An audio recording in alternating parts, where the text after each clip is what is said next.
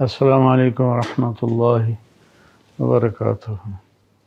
میرے محترم بھائیوں، بہنوں، بچوں، بچیوں، پاکستان کے تمام عوام چاروں جگہ کے آپ سب کو میں دوبارہ سلام پیش کرتا ہوں اور ایک اہم بات آپ سے عرض کرنا چاہتا ہوں۔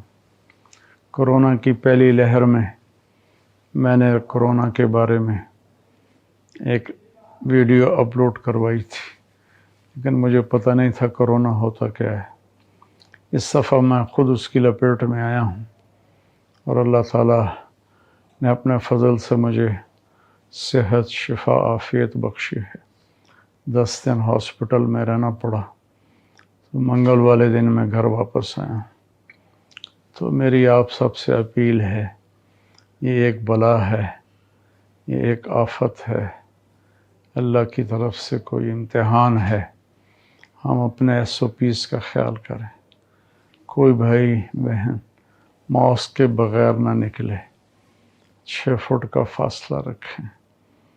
یہ بڑی عمر کے لوگوں کو تو لپیٹ میں لے لیتا ہے، اور میں تو ہاسپٹل میں تھا، کئی جنازے اٹھ رہے تھے، کئی ٹھیک ہو رہے تھے، تو میں لمبی بات تو کر نہیں سکتا۔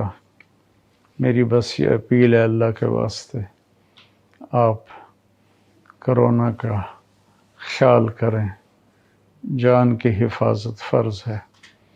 اللہ کے نبی کے سامنے کھجوریں تھیں، حضرت علی رضی اللہ تعالیٰ عنہ نے ہاتھ بڑھایا کھانے کے لیے، آپ نے کہا علی تم مت کھاؤ، ابھی تمہیں کمزوری ہے، انک ناکحٌ۔ جب میرے نبی احتیاط بتا رہے ہیں، ہمیں بھی کرنی چاہیے۔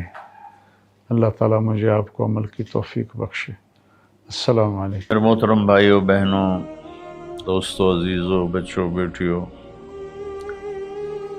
اس وقت پوری دنیا ایک آفت میں مبتلا ہے۔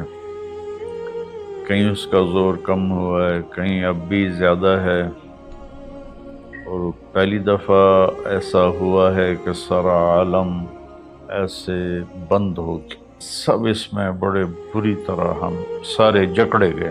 اللہ تعالیٰ کیا فرماتے ہیں؟ ما اصابکم من مصیبۃ فبما کسبت ایدیکم۔ جو تکلیف تم پر آتی ہے تمہارے گناہوں کا نتیجہ ہوتی ہے۔ آج کل چونکہ ہر چیز کو سائنسی موڈ میں دیکھا جاتا ہے، تو ہم اس کو لگا دیتے ہیں بس یہ اس وجہ سے ہوا، یہ وائرس پھیل گیا۔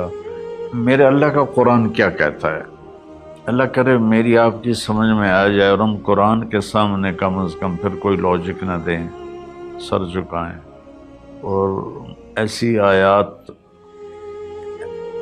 قرآن میں ہیں جن میں کوئی دوسرا مطلب بن ہی نہیں سکتا۔ مثلا ما اصابکم من مصیبت، جو بھی تم پر تکلیف آتی ہے، فبما کسبت ایدیکم، جو مصیبت تم پر آتی ہے اس میں تمہارے گناہوں کا نتیجہ ہوتا ہے، تو تمہارے اپنے ہاتھوں کی کمائی ہوتی ہے۔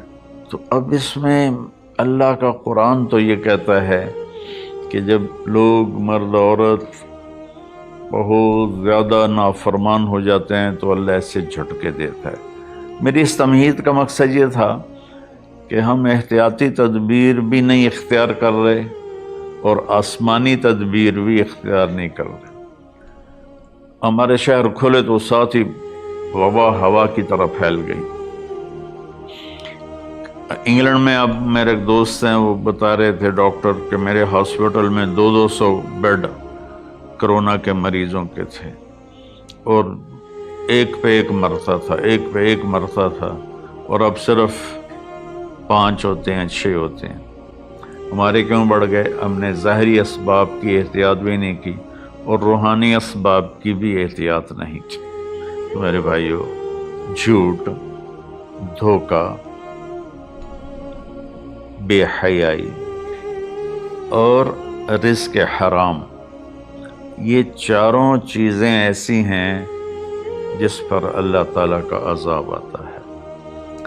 تو ہم ماسک بھی لگائیں، ہاتھ بھی دھوئیں، سینیٹائز بھی کریں، کسی کو ہو جائے تو اس کو الگ بھی کریں، لیکن میرے بھائیو ہم اللہ کی بارگاہ میں اپنے گناہوں پر روئیں۔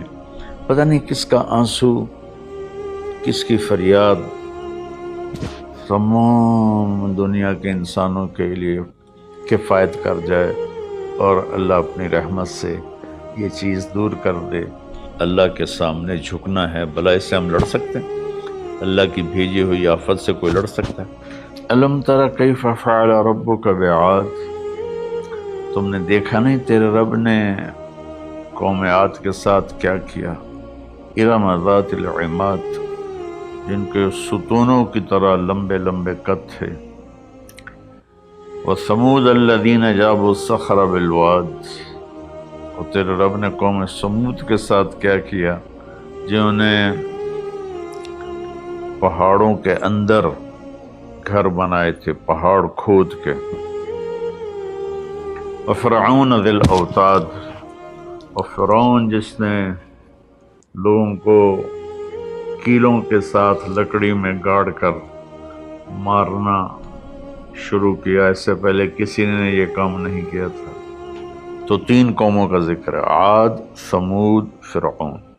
فَكُلًّا أَخَذْنَا بِذَنبِهِ، جتنی قوموں نے سرکشی کی ان کو تباہ برباد کرنے کے لیے کوئی لشکر اسلام نہیں آیا، اللہ کا غیبی نظام۔ تو اب وہ اس کو ایک ہی جگہ لائے، فَكُلًّا، پھر ان تمام سرکش قوموں کو اخذنا بذنبہ، ہم نے ان کے گناہوں کی وجہ سے انہیں پکڑا۔ کیسے پکڑا؟ منہم من ارسلنا علیہ حاصبا، کسی پر پتھروں کی بارش، منہم من اخذتہ الصیحہ، کسی پر فرشتے کی چیخ، آواز بہت بڑی طاقت ہے، منہم من خسفنا بہ الارض، کسی کو زمین میں دھنسا دیا، جیسے اللہ نے قارون کو زمین میں دھنسا دیا، اور کتنی قوموں کو، منہم من اغرقنا، اور کئیوں کو ہم نے پانی میں غرق کر دیا۔ تو تھوڑا سا ہم اپنے سوچ کو قرآن کے تابع کریں، قرآن کے تحت کریں۔ جب نافرمانی اور خاص طور پر بے حیائی حد سے بڑھ جاتی ہے تو اللہ ضرور جھنجھوڑتے ہیں۔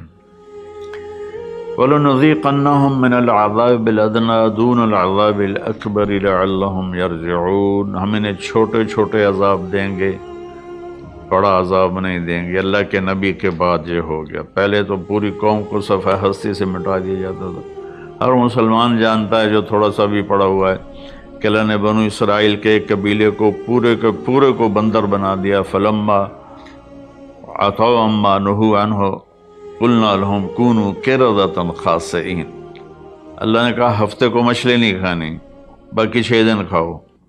امتحان آ گیا، 6 دن مچھلی آتی نہیں تھی، ہفتے کو سارا دریا بھر جاتا تھا۔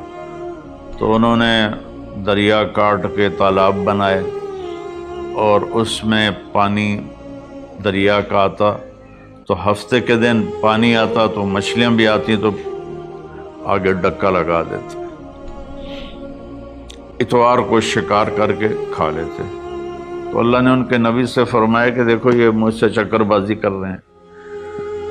تو وہ کہنے لگے ہم تو کوئی چکر بازی نہیں کر رہے، ہم تو اتوار کو شکار کرتے ہیں، ہفتے کو تو نہیں کرتے۔